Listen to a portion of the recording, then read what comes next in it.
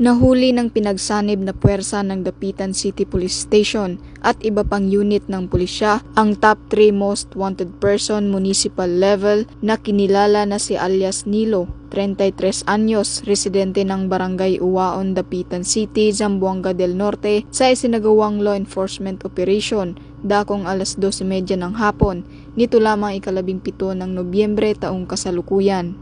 Ang operasyon ay pinamunuan ng Dapitan CPS bilang lead unit katuwang ang Porac Pampanga MPS, 5th SOU Mabuhay SBC, 901st Mobile Company RMFB9 at Zamboanga del Norte 1st PMFC. Naging matagumpay ang operasyon matapos matuntun at maaresto ang suspect batay sa bisa ng 2 warrant of arrest. Ang suspect ay nahaharap sa kasong lascivious conduct sa ilalim ng criminal case number R-ANG-25-00232-CR.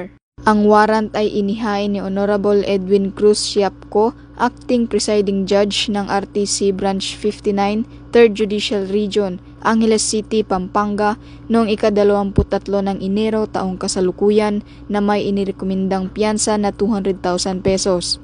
Maliban dito, may nakabinbin din siyang kaso sa slight physical injuries sa ilalim ng criminal case number R-ANG-25-00233-CR na may inirekomendang piyansa na 3,000 pesos.